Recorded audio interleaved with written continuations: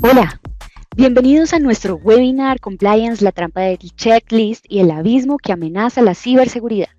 Soy Lucía Jiménez, Marketing Analyst, y junto a Edwin Juanía, Cybersecurity Technical Consultant de Manage Engine, abordaremos este webinar. Antes de iniciar, recuerden que pueden dejar sus preguntas en el botón de signo de interrogación que se encuentra al costado derecho de la pantalla. Además, deben saber que esta sesión está siendo grabada y próximamente podrán encontrarla en nuestro canal de YouTube. Para iniciar, quiero abordar este tema con una verdad incómoda. Esta verdad incómoda nos dice que el compliance es necesario pero insuficiente ante las ciberamenazas. ¿Por qué? Precisamente eso es lo que venimos a explorar hoy en este webinar. Inicialmente quiero hablarles del panorama del compliance en Latinoamérica desde el punto de vista de Manage Engine. Primero, es importante que entendamos que se puede ver desde diversas formas. No todos los países, primero, están obligados a cumplir con todas las normas de compliance existentes en Latinoamérica o en el mundo. Incluso las empresas tampoco lo están. Las normas existentes de compliance son súper amplias y los principales tipos en las organizaciones, por nombrar algunos, son el regulatorio, corporativo, financiero, los de anticorrupción, compliance para la protección de datos y privacidad, laboral, ambiental, en temas incluso de salud y seguridad ocupacional, para la libre competencia, para la prevención del lavado de activos y financiación del terrorismo, el contractual, tecnológico y de ciberseguridad, que son los que nos interesan en esta charla, el compliance sectorial, entre otros. Algunos de los compliance ya en nuestro ámbito, desde el tema de la seguridad TI, podríamos decir que incluyen algunos como el SOC, IPA, GDPR, PCI, NIST, entre otros. Una forma sencilla de entender este tema es que el compliance puede responder a tres fuentes distintas. Primero, a las leyes y regulaciones, es decir, lo que nos exige el Estado. Segundo, a los estándares y a las certificaciones, lo que exige el mercado o la industria a ciertas empresas. Y también puede depender de políticas internas que la propia organización decide cumplir. En ese sentido, no todos los países cuentan con los marcos de protección de datos alineados con los estándares más modernos de privacidad, como los principios establecidos, por ejemplo, en el GDPR europeo. Es decir, para Latinoamérica, esta no es una norma de obligatorio cumplimiento. Sin embargo, hay empresas que deciden darle cumplimiento. En Latinoamérica tenemos conocimiento que varios países tienen leyes de protección de datos personales, entre esos Brasil, Argentina, Chile, Uruguay, Perú y Colombia. En Brasil, por ejemplo, ellos actualizaron recientemente su Ley General de Protección de Datos, pero esta fue inspirada en gran medida en el modelo europeo. En Colombia se cuenta con una ley de protección de datos vigentes desde el 2012, pero actualmente se enfrentan retos en temas de modernización para este marco regulatorio. Otra ley que de pronto faltaría por regular por completo en general, porque como ya lo he dicho, aplica para ciertos países, para ciertas regiones, para ciertos territorios y no para todo el mundo entero, serían las leyes de pronto de uso ético de la inteligencia artificial. Y si bien en Europa la norma ya se aprobó, ya existe una norma, ya existe un marco teórico sobre este tema y empezó a ser implementada de manera escalonada desde hace 2 años, el resto del mundo al parecer todavía sigue muy atrás en este tema. Hablemos también de otra norma o de otra figura que podría o debería enmarcarse como una ley, la ley de ciberseguridad. Incluso la elaboración de las agencias de ciberseguridad que deberían crearse para la vigilancia y la regulación. Todas estas normas existen en diversos territorios, pero no son de obligatorio cumplimiento para todos los territorios e incluso para todas las empresas. La segunda forma para abordar el tema del compliance es a nivel sector o competitividad. Dependiendo de la industria, el sector, dependen las regulaciones. Eh, Esto también implica que hay algunas que son de mandatorio cumplimiento y hay otras que no lo son. Pero hay unas que no siendo mandatorias permiten la competitividad, como por ejemplo el tema de IPA o el PSI del sector financiero. IPA para el sector salud. Otra forma en la que el compliance podría presentarse es porque hay otras empresas que deciden aplicar para sostener sus buenas prácticas en el mercado. Estamos hablando entonces de pronto del ISO 27001, que es un estándar internacional líder para la seguridad de la información, o las normas ICONTEC, por dar algunos ejemplos. Existen además otros estándares como los controles IS o NIS, que son considerados como buenas prácticas, pero que en algunas ocasiones no necesariamente son de obligatorio cumplimiento.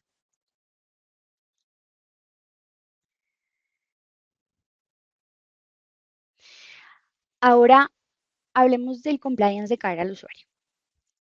Cuando hablamos del cumplimiento, este no depende únicamente de las políticas, los procedimientos o los controles documentados. También se exige que los colaboradores comprendan, adopten y apliquen las buenas prácticas de seguridad en su trabajo diario.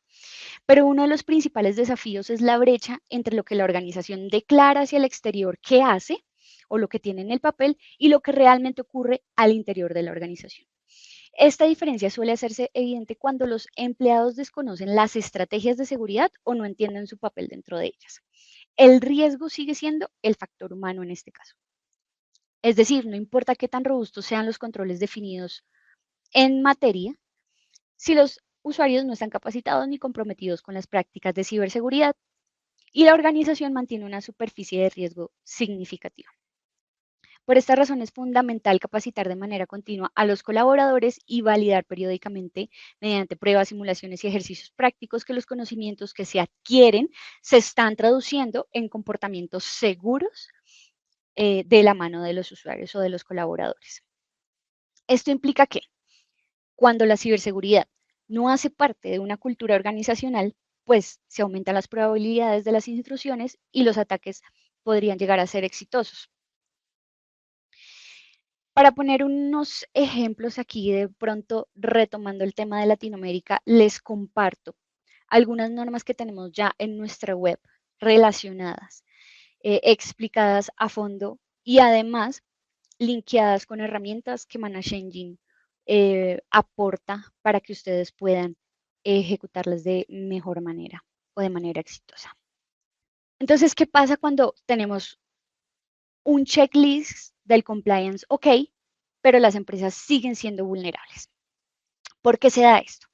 Principalmente porque las políticas, primero, no están socializadas de manera interna, los empleados no están al tanto de las estrategias, lo que genera brechas importantes. Como ya lo había mencionado, muchos de estos compliance son de papel, se quedan en la teoría o se generan solo para las auditorías. Porque también, como algunos compliance no son de mandatorio cumplimiento, las empresas terminan ignorándolos o obviándolos.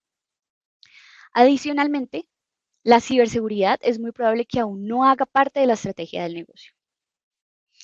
Y por otro lado, si se tienen compliance, es muy probable que tampoco estén alineados con las estrategias de ciberseguridad existentes ya en la empresa. Es decir, que existen muchos de pronto compliance en las instituciones, pero no todos logran ser integrados de manera orgánica con la ciberseguridad de la organización. Los costos de las implementaciones, aparte de que son altos, generan huecos y hay vacíos entre lo que es compliance para las industrias y otros mercados y la ciberseguridad. Es decir, los compliance que se siguen no están ajustados a las particularidades de los mercados de Latinoamérica tampoco. Sirven, es bueno tenerlos, generan una base sólida de trabajo, pero se requiere dar el siguiente paso, que es precisamente una estrategia empresarial que incluya la ciberseguridad.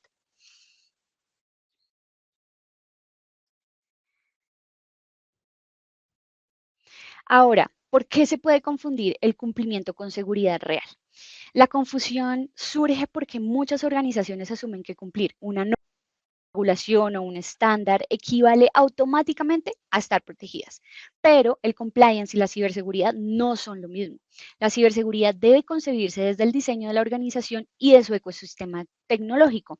¿Qué implica esto? Definir una estrategia, una postura de seguridad y controles orientados a gestionar riesgos y proteger los activos de la información. El compliance además actúa como un mecanismo de validación que permite verificar si esas prácticas están alineadas con regulaciones, estándares o requisitos del sector. Abordemos la metáfora del edificio que Wilson Calderón y Eden Juanías, dos expertos de Manage Engine, me propusieron para poder explicar este tema. Por un lado, Wilson me habló que la estrategia de ciberseguridad es la base sobre la cual se puede construir el cumplimiento. Utilizó la metáfora del edificio. La ciberseguridad sería la estructura y los cimientos, mientras que el compliance verifica que esa construcción cumpla con los requisitos establecidos. Entonces él me señalaba que de poco sirve cumplir con una lista de requisitos si los fundamentos de seguridad son débiles. Por el otro lado, tenía el concepto de Juanías, que planteaba una visión un tanto diferente frente a esta metáfora. El compliance también puede entenderse como una base que orienta la construcción de la estrategia, especialmente en organizaciones que operan en sectores altamente regulados. Desde esta perspectiva, las exigencias normativas ayudan a definir cómo debe diseñarse la seguridad desde el inicio. Es decir, contrario a lo que decía Wilson. No contrario, sino el orden de los factores no altera el resultado, ya les voy a decir por qué. Porque aunque ambas posturas parecen opuestas, en realidad son complementarias. La ciberseguridad y el compliance deben trabajarse de manera conjunta. Una empresa pequeña construyendo una postura sólida de ciberseguridad sin contar con un programa formal de cumplimiento, por ejemplo. Pero a medida que crece, inevitablemente esta empresa deberá ir incorporando requisitos regulatorios y los estándares de la industria. El verdadero error es pensar que cumplir con una norma se garantiza la seguridad. En este caso, el compliance puede demostrar que existen controles y procesos definidos, pero la seguridad real depende de que esos controles funcionen, evolucionen frente a las amenazas y sean adoptados por toda la organización. Frente a la metáfora del edificio que les comentaba de Wilson y de Edwin, la conclusión finalmente es que necesariamente se necesitan ambos para que los edificios o las compañías y las instituciones de ciberseguridad y de cumplimiento van de la mano. Entonces, ¿cuáles podrían ser específicamente las brechas que generan que el compliance y que se generan entre compliance y ciberseguridad? Tenemos precisamente 4 brechas aquí para explicarles y hablarles de manera breve. La primera brecha de intención versus ejecución, la segunda brecha la llamamos la brecha de velocidad, la tercera es la brecha técnica y la cuarta es una brecha cultural.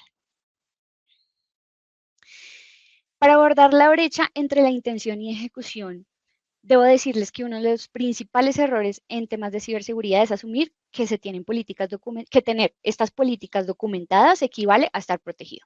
En muchas organizaciones existen las normas, los procedimientos y los controles bien definidos, pero a la hora de implementarlos, la implementación es parcial o inconsistente. Es decir, tienen una seguridad en el papel. Esta situación ocurre cuando la ciberseguridad no fue considerada desde la estrategia y el diseño de los procesos, lo que implica que al intentar luego adaptar toda la organización para que cumpla con nuevas exigencias regulatorias puede dar un resultado costoso, puede ser complejo y puede generar resistencias al cambio. Además, se suma otro problema crítico. Las políticas no siempre son socializadas adecuadamente. El conocimiento permanece entonces en las áreas especializadas y no llega a los colaboradores que deben aplicarlo a diario en su trabajo. Como resultado, se crea una falsa percepción de que la ciberseguridad es responsabilidad exclusiva del CISO, del equipo de TI o de la alta dirección, cuando en realidad esta es una responsabilidad compartida para toda la organización. ¿Qué queremos decir? Que mientras los colaboradores no comprendan además su papel dentro de la estrategia de seguridad, seguirá existiendo una brecha entre compliance y ciberseguridad. Y entre lo que la empresa dice que hace y lo que realmente está ocurriendo en la práctica. La segunda brecha es la brecha de velocidad. Es decir, aquí vamos a hablar del avance de las amenazas al de las regulaciones. Yo creo que ustedes ya deben estar intuyendo qué es lo que avanza mucho más rápido. Uno de los mayores desafíos es que la velocidad precisamente de las amenazas supera ampliamente la velocidad de las regulaciones. Mientras un ataque puede evolucionar en cuestión de días o semanas, una norma o una ley o un estándar puede tardar años en actualizarse o incluso en crearse. Por eso el cumplimiento por sí solo no es suficiente. Las organizaciones necesitan una postura de ciberseguridad que les permita anticiparse a los riesgos y que no se limiten a cumplir con esos requisitos mínimos del compliance. Aquí el reto es más amplio cuando todas las áreas de la organización buscan automatizar los procesos, digitalizar operaciones e incorporar nuevas herramientas para ganar eficiencia. El problema es que muchas de las iniciativas nacen de forma aislada sin la participación de los equipos de TI o del área de seguridad. Aquí es cuando aparecen las brechas de seguridad. Entonces, ¿qué sucede? Se implementan las herramientas, se conectan los sistemas y se comparten los datos sin evaluar adecuadamente los riesgos asociados. Hablamos de que la seguridad se considera al final del proyecto cuando debería formar parte del diseño. Vuelvo a subrayar esa idea. Debe formar parte del diseño. Este fenómeno es conocido como Shadow IT, es decir, se usan aplicaciones, servicios o tecnologías que son adoptados por colaboradores o áreas de negocio sin el conocimiento, la aprobación o supervisión del equipo de TI o de seguridad.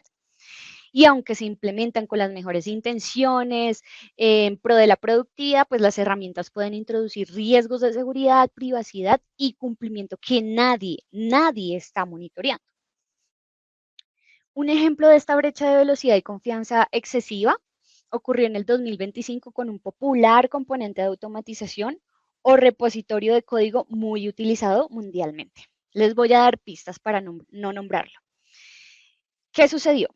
Se generó un ataque a la cadena de suministro, el cual comprometió una herramienta ampliamente utilizada por miles de repositorios, lo que provocó la exposición de credenciales y secretos de desarrollo. El problema no fue el componente de automatización famoso en sí mismo, sino la confianza depositada en externos sin ejecutar controles suficientes para el monitoreo y la gestión del riesgo. ¿Cuál es la lección? Es súper clara. El riesgo no está en la automatización ni en la inteligencia artificial, sino cuando las tecnologías se adoptan sin tener una postura de ciberseguridad para evaluar, identificar y monitorear el riesgo. Por eso, cada nueva herramienta, integración o automatización debe analizarse bajo una política de seguridad común. La ciberseguridad debe, por eso, ser transversal en toda la organización. Cuando no ocurre, pues las consecuencias suelen traducirse en pérdida de datos, interrupciones operativas, sanciones regulatorias y daños reputacionales. Más adelante vamos a volver a tocar este tema de forma muy breve. En este contexto es cuando cobran relevancia soluciones como por ejemplo los CASP o CASB, como le dicen en el rubro de tech. Abordemos ahora la brecha número 3. La brecha número 3 habla de la tecnología no reemplaza a las personas. ¿Qué nos dice? Ninguna estrategia de ciberseguridad es efectiva sin el talento humano necesario para implementarla y operarla. Hoy tenemos una creciente escasez de profesionales especializados. Esto representa un desafío para las empresas, los gobiernos y la academia. Y es fundamental fortalecer la formación de ciberseguridad desde las universidades, impulsar por ello programas de capacitación desde el sector público y además promover esas iniciativas privadas que ayuden a cerrar la brecha de talento. Es decir, tampoco se puede aspirar a ser competitivos en la economía digital si no estamos formando el capital humano que la sostiene. Además, la capacitación no debe limitarse a los especialistas. Todos los colaboradores, sin importar su cargo, necesitan entrenamiento continuo en buenas prácticas de ciberseguridad. Al final, cualquier persona dentro de la organización puede convertirse incluso en la puerta de entrada de un incidente, y ese es el peligro. De nuevo, subrayo, cumplir una norma no garantiza la protección. La seguridad real exige capacidades permanentes de monitoreo, de respuesta a incidentes e inteligencia de amenazas para identificar y gestionar riesgos en tiempo real. Y hay una razón sencilla por ello. Incluso los expertos más experimentados en ciberseguridad han sido víctimas de campañas de fraude, phishing o ingeniería social. La diferencia no está en ser infalibles, sino en mantener una cultura de aprendizaje, vigilancia y mejora continua. Finalmente, la última brecha que destacamos nosotros es la cultural y que está muy relacionada ya con todo lo que les he mencionado anteriormente. Muchas organizaciones logran que los empleados cumplan con los procedimientos, pero no necesariamente que comprendan los riesgos detrás de ellos. Esto es súper importante, que los colaboradores comprendan finalmente los riesgos detrás de los riesgos detrás de estos procedimientos. Cuando esto ocurre, la ciberseguridad se convierte en una obligación operativa y no en una capacidad integrada al negocio. Ahora, ¿por qué caen o siguen cayendo las empresas? Es decir, ¿por qué el compliance es una falsa sensación de seguridad? Finalmente, pues porque, ya lo habíamos dicho, se tiene un compliance de papel, es decir, se utiliza como un checklist para aprobar auditorías sin integrarlo a los procesos ni a la cultura de seguridad, porque existen silos organizacionales, es decir, se identifica una falta de coordinación entre el negocio, entre áreas de legal y TI, lo que genera vacíos de control y riesgos que no se han gestionado. Y además, existe una inversión que está mal enfocada. Se está invirtiendo en cumplir con los requisitos, pero no necesariamente en reducir los riesgos ni en fortalecer la resiliencia operativa. Ahora, ¿cómo podemos cerrar la brecha? Acá tengo para finalizar ya unos conceptos clave que se deben tener en mente. Cerrar las brechas requiere incorporar la ciberseguridad en todas las decisiones estratégicas de la organización. Esto es fundamental. Además, no debe verse como una responsabilidad única de los equipos de TI, sino como un elemento transversal que participe en definición de procesos, proyectos y objetivos de negocio. Ahora, teniendo claro que partimos de una estrategia global de seguridad para la empresa, algunas buenas prácticas o prácticas clave que se deben tener en cuenta para lograrlo son temas como Zero Trust, el modelo de ciberseguridad que se basa en la premisa de nunca confiar y verificar siempre. Este nos invita, pues, por defecto a no confiar en ningún usuario, dispositivo o sistema. Cada acceso debe validarse y otorgarse bajo el principio de mínimo privilegio. Otro concepto es la seguridad por diseño. Aquí la invitación es a incorporar controles de seguridad desde la planeación de proyectos, procesos y tecnologías, desde el principio y no al final de la implementación.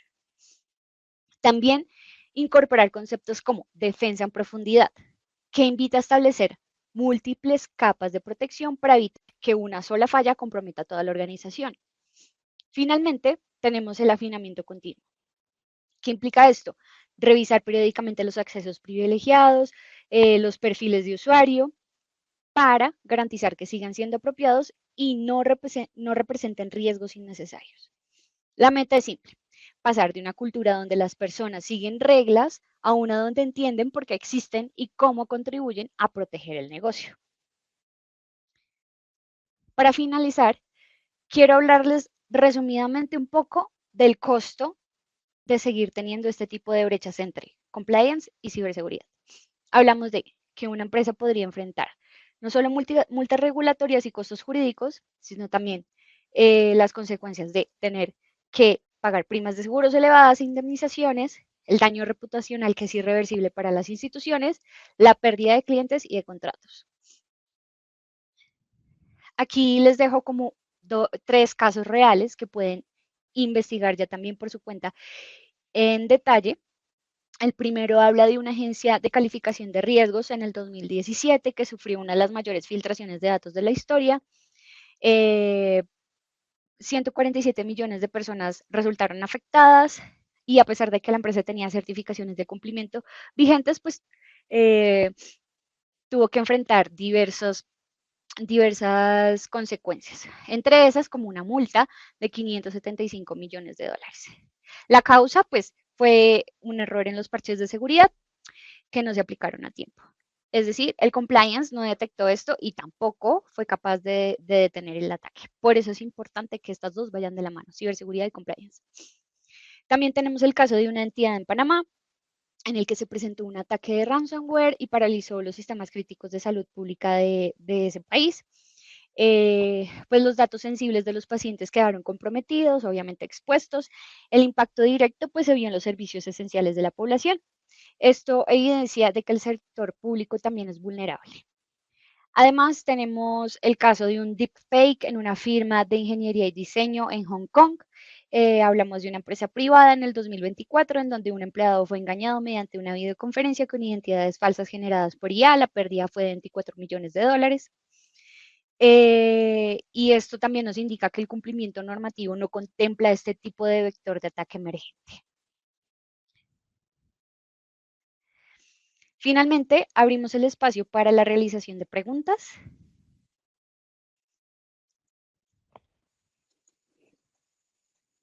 Vale, Lucía, creo que tenemos una pregunta por acá. Nos dicen, cómo se puede seguir con la innovación de una empresa sin limitarla por el tema de implementar controles de ciberseguridad?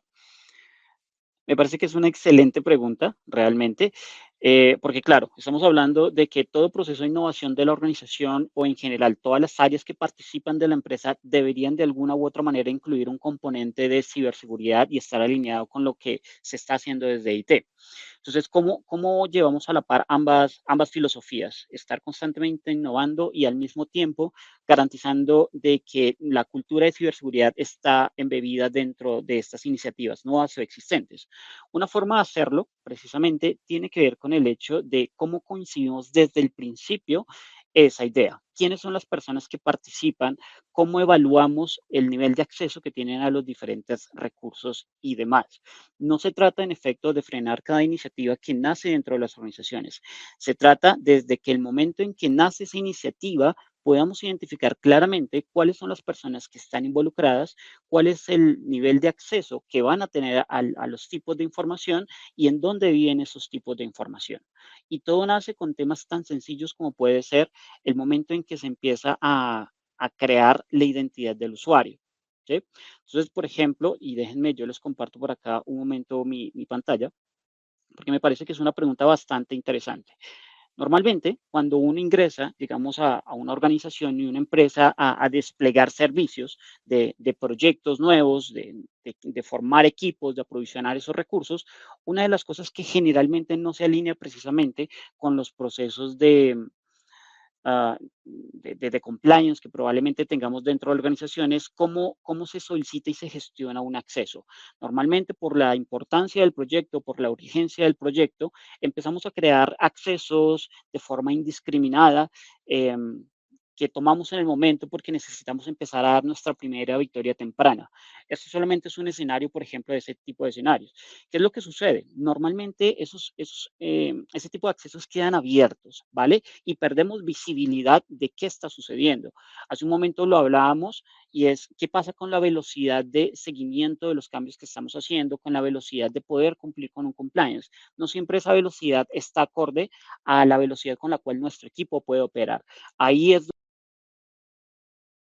que faciliten la vida a nuestro personal de IT para dar, primero para igualar la velocidad con respecto a cómo se necesitan aprovisionar recursos, pero al mismo tiempo a la velocidad con la cual necesitamos garantizar el monitoreo de esos recursos. Entonces, por ejemplo, desde aquí nada más, este tipo de herramientas como puede ser AD Manager nos ayuda a nosotros en todo momento, no solamente en el momento en que tenemos que presentar el compliance, que sucede cada año en el mejor de los casos, sino que en el día a día, en el seguimiento diario de la operación, cuando necesitamos cambiar rápidamente la velocidad, la velocidad de ejecución, la estrategia de un proyecto de innovación, aquí es donde ID Manager puede ayudarnos a identificar esas brechas de seguridad que estamos abriendo de forma tal vez no consciente, dejando usuarios privilegiados inactivos, activos, deshabilitados y demás.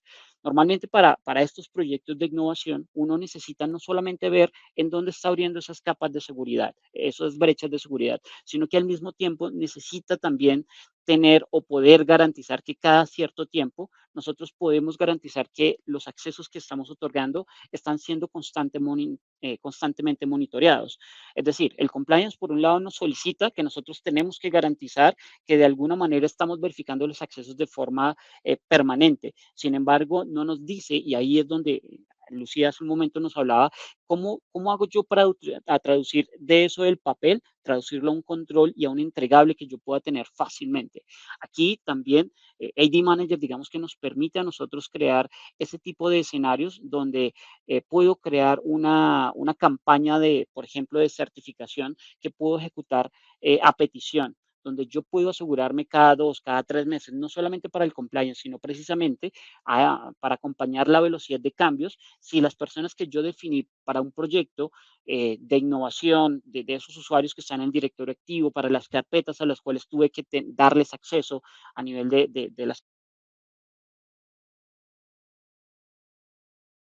365, cómo esos permisos fueron creados, cómo están siendo interactuados y cómo garantizamos que en la medida de lo posible, cuando termina un proyecto de innovación, de forma inmediata estamos también ahí cerrando, digamos, esos accesos olvidados que se crearon para ese tipo de proyectos. Entonces, nuevamente, no se trata de tampoco de generar un proyecto, digamos, toda una burocracia alrededor de un proyecto de innovación, sino poder avanzar con ese proyecto de innovación, otorgar accesos que son requeridos a los diferentes tipos de recursos, pero al mismo tiempo tener control total, independientemente si fue una decisión que se tomó en el momento para un proyecto y que eh, no fue propiamente documentado a través de una mesa de servicio o demás, ¿vale? Entonces, digamos que esta es una de las estrategias que uno puede implementar. Ahora, realmente no. Normalmente cuando uno tiene un proyecto de innovación, y lo hablábamos hace un momento, no siempre están involucrados los equipos de IT. Generalmente es una idea muy buena de ya sea de mejorar un proceso de ventas, de tener una nueva estrategia de negocio, de un secreto comercial, no siempre sucede del lado de IT. Puede suceder, y normalmente en las organizaciones sucede de las áreas que uno menos piensa que pueden contribuir a la innovación del negocio. Ahí es donde necesitamos tener un mecanismo rápido que nos permita a nosotros no perder la trazabilidad de esas personas que están contribuyendo activamente el negocio y al mismo tiempo garantizar que el equipo de IT, aunque probablemente no fue involucrado desde el principio, sí tiene la visual de cómo están funcionando este tipo de solicitudes. Es por eso que por ejemplo, este tipo de herramientas permiten integrar lo que normalmente es un flujo de trabajo entre recursos humanos, una reunión que puede suceder cada mes, por ejemplo. Aquí, AD Manager me permite, por ejemplo, crear rápidamente solicitudes donde ese individuo que trajo esa idea que puede ayudarnos a mejorar el negocio, lo podemos integrar rápidamente a ese grupo de usuarios privilegiados o a ese grupo de usuarios quien necesita expandir el alcance de las herramientas que tiene actualmente. Esta solicitud que ustedes están viendo acá puede ser para modificar, cambiar diferentes aspectos y no estorbar ese proyecto de innovación, por llamarlo de alguna manera. Y básicamente lo puede iniciar una persona que no necesariamente tiene que ser del equipo de TI. Pensemos, por ejemplo, en directamente el manager o el líder de esta persona quien está trayendo esta idea al negocio o pensemos en el área de recursos humanos, no solamente para proyectos que nacen de un momento para otro, que son estos chispazos de innovación que surgen en cualquier momento en la organización, sino también para otro tipo de actividades que probablemente uno no puede programar, ¿no? Normalmente digamos que uno tiene un forecast de tanto de las actividades que necesita ejecutar, los recursos que uno, pero muchas veces dentro de esas planeaciones pues no se tienen en cuenta los cambios inesperados, ya sea una licencia de un colaborador que tiene alguna situación inesperada y que por algún motivo ya no puede acceder a los recursos. Y no solamente estoy hablando de la identidad del usuario, estoy hablando sobre ese equipo que esa persona, estando o no en oficina, puede tener acceso, ya sea de forma intencional o no, son situaciones que exponen de forma innecesaria la información de la organización. Entonces, esto normalmente también se convierte en un impedimento para muchas organizaciones, porque pues temen este tipo de situaciones. ¿Qué pasa? Si llego a perder el control de una cuenta de usuario porque este usuario por alguna razón no va a poder estar disponible durante los siguientes días, eh, ¿qué hago con esa cuenta de usuario? ¿Qué pasa con los activos de información que están alojados en el equipo del usuario? Todo este tipo de escenarios normalmente también hay que cubrirlos y todo inicia, por ejemplo, desde la identidad del usuario.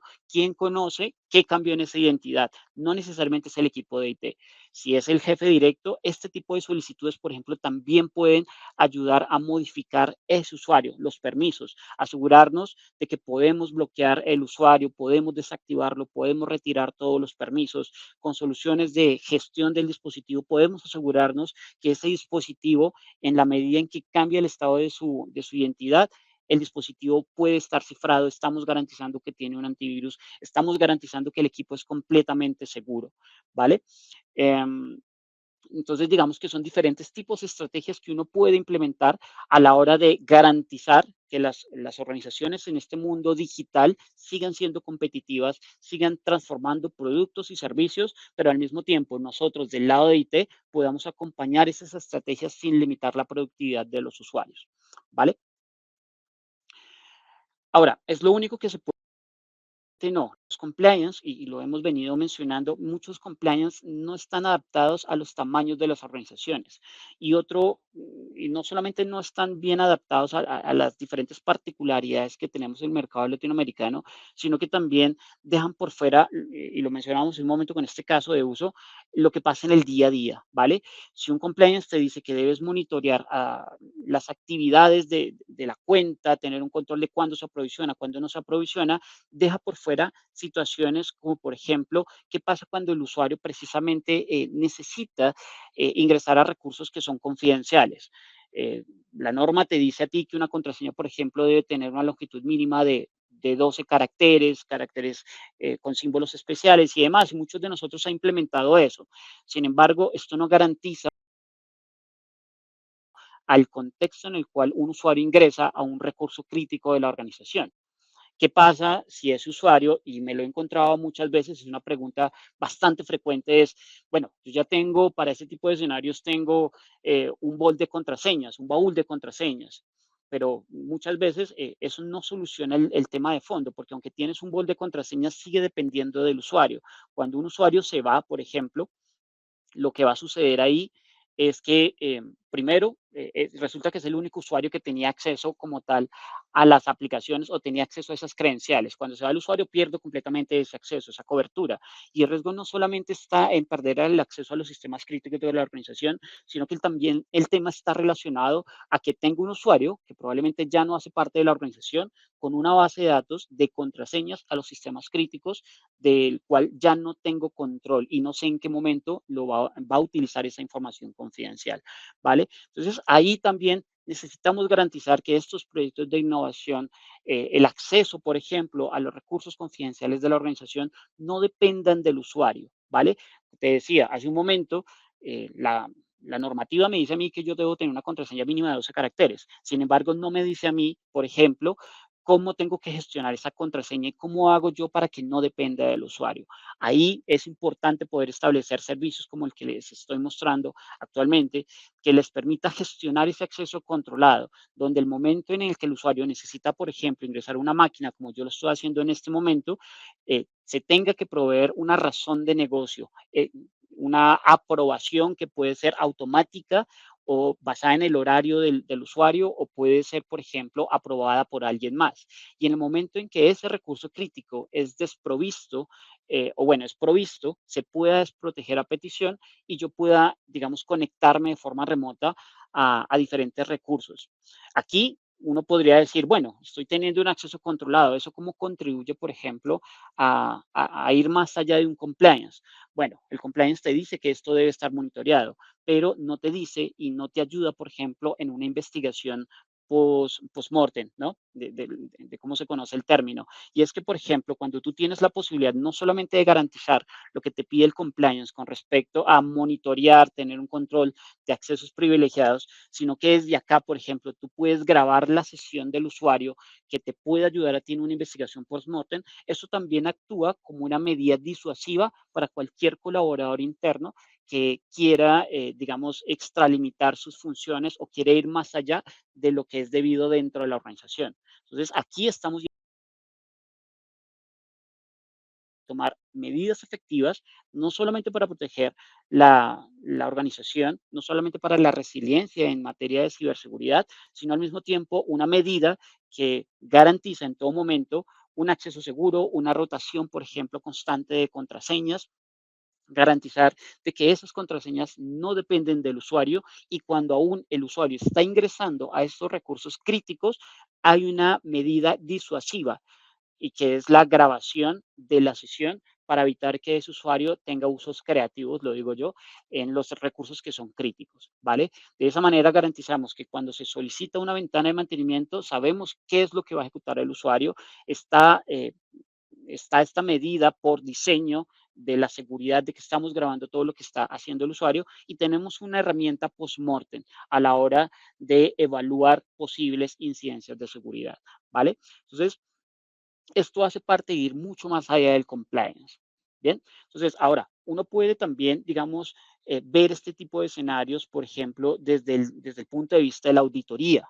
¿vale? Normalmente cuando uno entrega accesos críticos, y me lo he encontrado muchísimas veces en las charlas que damos, ¿qué pasa con los usuarios que no solamente tienen acceso privilegiado crítico a infraestructura, sino que también son usuarios VIP? Estamos hablando del CEO de la organización, de las vicepresidencias y demás. Cuando están dentro de nuestro parámetro, dentro de nuestro perímetro físico, digamos que uno puede llegar a decir, bueno, yo los estoy controlando porque está dentro de mi red física, las estoy controlando yo.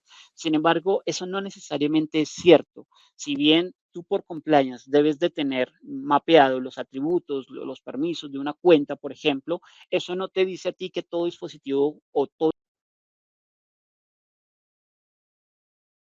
es segura. Ahí necesitamos analizar qué es normal en el comportamiento del usuario. Probablemente es normal que el usuario, si Les comentaba, es necesario ir mucho más allá del compliance. El compliance no solamente es vigilar qué pasa con una cuenta, qué pasa con un recurso, eh, sino poder monitorear lo que pasa en el día a día del usuario, ¿vale? Entonces, les ponía un ejemplo, no basta con decir que una cuenta que pertenece a una vicepresidencia está dentro de nuestra red y está iniciando sesión. Es necesario poder identificar si los comportamientos que tiene, así sea el CEO de la organización, sea una vicepresidencia, sea el mismo director de IT, es completamente normal. Ese análisis de comportamiento es necesario poderlo filtrar de una manera sencilla. Y aquí es donde, a nivel de, por ejemplo, lo que es auditoría del directorio activo, necesitamos una herramienta analítica que no dependa del trabajo 100% de una persona, sino que el sistema de alguna manera nos ayude a nosotros con todo esto que estamos hablando de inteligencia artificial, de mecánicas, de machine learning y demás.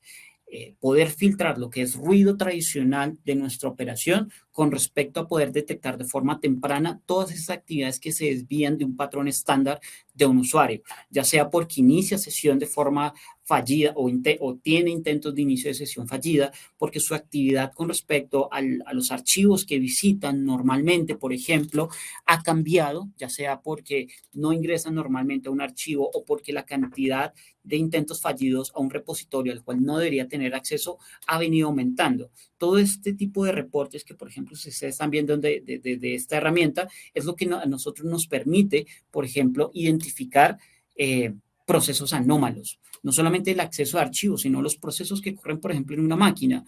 Y esto es importante, nuevamente, no por el hecho de que estemos registrando actividad desde una máquina que pertenece a un C-level de una organización, quiere decir que toda esa actividad sea completamente segura.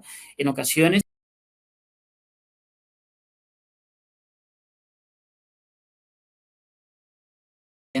o porque también, seamos sinceros, tenemos una vida completamente ocupada todo el tiempo, estamos siendo bombardeados constantemente por correos electrónicos, por notificaciones, y aunque probablemente tengamos estos conocimientos de ciberseguridad, el día a día no nos deja, digamos, poner foco en lo que está pasando alrededor. Muchas veces podemos estar ejecutando alguna aplicación en el equipo sin darnos cuenta que fue descargada por un propósito legítimo de la organización, y hace un momento Lucía lo mencionaba, eh, porque queremos solucionar, ¿no? Queremos avanzar. Sin embargo, los riesgos de seguridad están asociados a procesos que probablemente esas aplicaciones están ejecutando tareas que no deberían ejecutar. Y como es una aplicación que descargó un C-level de la organización, probablemente no hacemos tanto foco ahí. Ahí también necesitamos poder ir más allá del compliance y poder verificar lo que está pasando sin importar el origen del recurso, ¿vale? Entonces, necesitamos poder aplicar una capa de analítica de forma sencilla sin que ello comprometa o requiera precisamente conocimientos avanzados por parte del operario, que es otra de las brechas de las cuales hablábamos hace un momento. Mucho el conocimiento técnico para operar soluciones avanzadas requiere un personal altamente capacitado, y sin embargo, cuando uno va a ver las tareas en las cuales ese personal altamente capacitado que debería estarse ocupando, por ejemplo, analizar este tipo de procesos sospechosos que pueden inclusive, que aunque vengan de un equipo eh, de, que consideramos seguro, aún así de ser auditado, realmente los estamos invirtiendo, por ejemplo, en temas de cambiar contraseñas, ¿sí? Eso es algo que nosotros deberíamos poder automatizar y quitar esa carga a los equipos de IT, a los equipos de seguridad, para que esta tarea que es rutinaria, que es, por ejemplo, cambiar una contraseña, la haga el sistema de forma automática por nosotros y mejore lo que ya existe. Los equipos de IT realmente deberían estar trabajando, por ejemplo, en esto, en la verificación de estos riesgos de seguridad que pueden aparecer más allá del compliance. Nuevamente, se trata de ver lo que pasa en el día a día, los logueos fallidos. Estos son las alertas tempranas que nos pueden estar hablando, por ejemplo, de un ataque a nuestra infraestructura. Nuevamente, puede ser un ataque genérico o puede ser un ataque completamente dedicado. Eso fue lo que sucedió con los casos que nos exponía anteriormente Lucía. No fueron ataques genéricos, realmente fueron ataques muy dedicados, donde el atacante tuvo el tiempo, la disposición y la paciencia de poder estudiar quién era el eslabón más débil de la cadena. Y eso inicia por síntomas que pueden parecer, pueden ser desapercibidos en un primer momento. Un incremento muy ligero de los intentos de carpetas que antes normalmente o por razones de negocio no debería tener acceso y comportamientos de intentos, por ejemplo, de numeración del directorio activo, así como otra serie de ataques que puede tener mi infraestructura.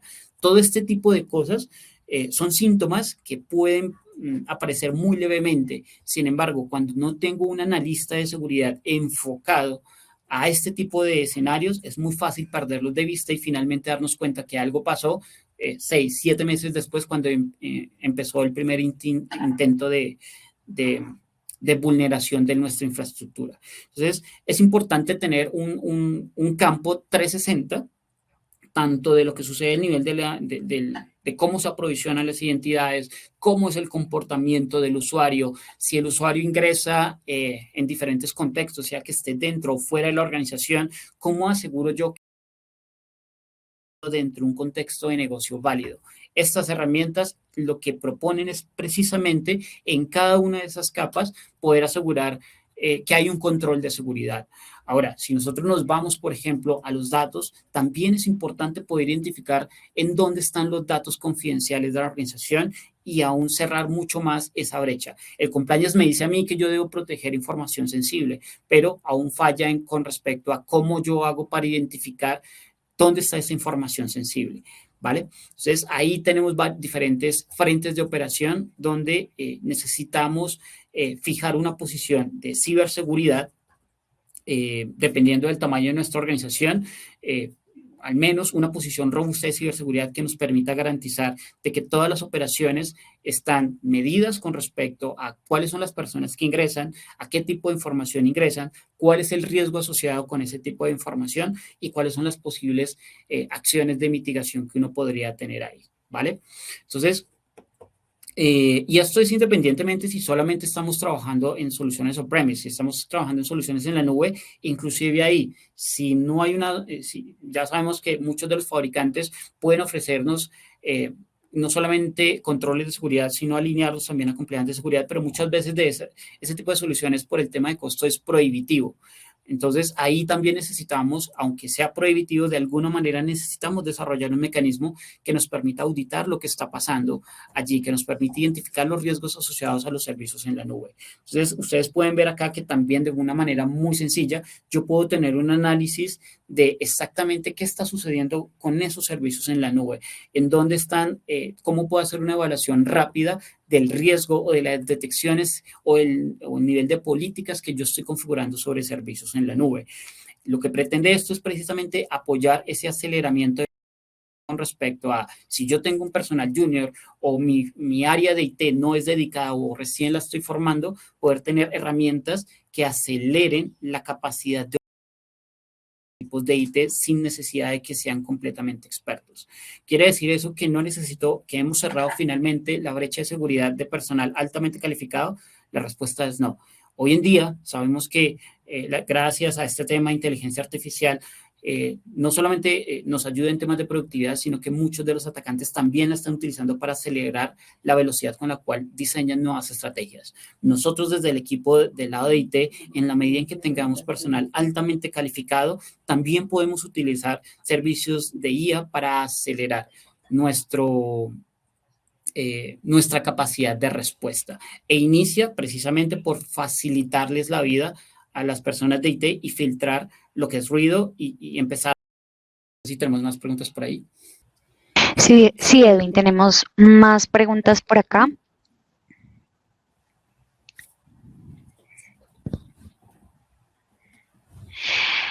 Juan Antonio Durán Vargas nos está preguntando cómo se puede gestionar adecuadamente la aplicación de políticas de seguridad de la información cuando las solicitudes de excepción provienen de miembros de la alta dirección.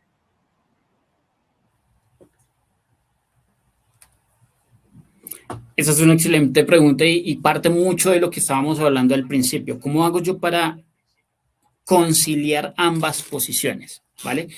Lo primero, si se otorga un acceso de esa manera, debe estar rastreado de alguna manera. Y ahí es donde intervienen, por ejemplo, soluciones como PAM 360. Entonces, lo primero es que tú debes de tener información sensible y asegurarte que toda la información sensible está en un repositorio, por ejemplo, en una unidad de disco. Si hay una decisión, lo llamamos una decisión ad hoc, de cambiar esos permisos, yo debo poder de alguna manera tener un sistema donde diga cómo se hizo la solicitud, ¿vale? Eso normalmente sucede por correo, pero eso se pierde en el tiempo. Entonces, yo debería tener una herramienta mucho más centralizada que lo haga. Entonces, ahí es donde, por ejemplo, hablábamos hace un momento de ID Manager. Yo en ID Manager le puedo dar precisamente a la decisión de vicepresidencia la posibilidad de que cree una solicitud. Esa solicitud es lo que es mi primer insumo de que algo cambió, que aunque no fue por el proceso estándar, sí tengo una evidencia de cómo se solicitó y quiénes fueron las personas que lo aprobaron, ¿vale? Entonces, eso es un primer control.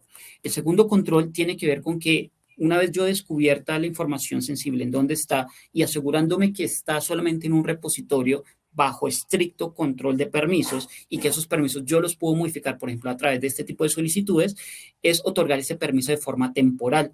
Entonces, miren que yo acá, por ejemplo, en ID Manager, cuando yo decido cambiar permisos de un usuario, por ejemplo, necesito cambiar los permisos a nivel del directorio activo, yo defino la línea de tiempo desde el principio. ¿Sí? Entonces, nuevamente, se intenta no estorbar ese proceso, pero tampoco se otorga un acceso que primero no está documentado, aquí yo ya lo estoy documentando, y desde el principio yo me estoy asegurando que ese permiso ya viene con un tema de caducidad, ¿vale? Ahora, lo tercero, ¿qué pasa cuando ese recurso, y en la medida de lo posible, lo ideal sería esconderlo detrás de, por ejemplo, de un PAM? ¿Vale? Un PAM me va a dar acceso a esa base de datos protegida, a ese buzón de archivos protegidos, donde si el recurso está detrás de un usuario y contraseña, yo no le estoy dando el usuario y contraseña a la persona que me solicitó.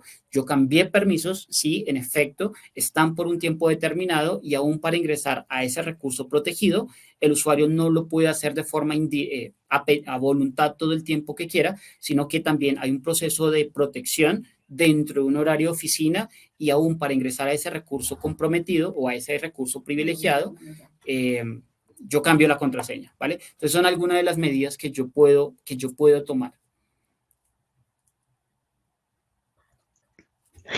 Muchísimas gracias, Juanías, por tu participación, por esta explicación tan extensa. Gracias a los asistentes por la paciencia también con el tema de la red. Para finalizar, no se vayan a ir, quiero hacerles unas invitaciones muy breves. Prepárense primero para tomar algunos screenshots de estos códigos QR que les permitirán programarse para los próximos webinars que tenemos pendientes en Manage Engine e ingresar y seguir nuestras redes sociales. Los invitamos al próximo webinar de ciberresiliencia autónoma y gestión convergente, la nueva era del endpoint, el 17 de junio del 26. Además, los invito al webinar Menos riesgo, más control, el 24 de junio del 2026. A la ITCon de Paraguay, que se realizará el 11 de junio. Y a la ITCon El Salvador, que está programada para el 16 de junio. Finalmente, estén pendientes de nuestros episodios de podcast, de todas nuestras redes sociales. Allí siempre les dejamos contenido especializado de tecnología y no olviden conocer los 3 canales disponibles de podcast. Aprovecho para hacer la cuña, Server Room, TI para ti, el podcast de Manage Engine, que van a encontrar también en nuestra web. Además, no olviden consultar todos nuestros blogs. Semanalmente, diariamente, estamos publicando blogs en nuestra página. Nos vemos pronto y espero que lo hayan disfrutado mucho.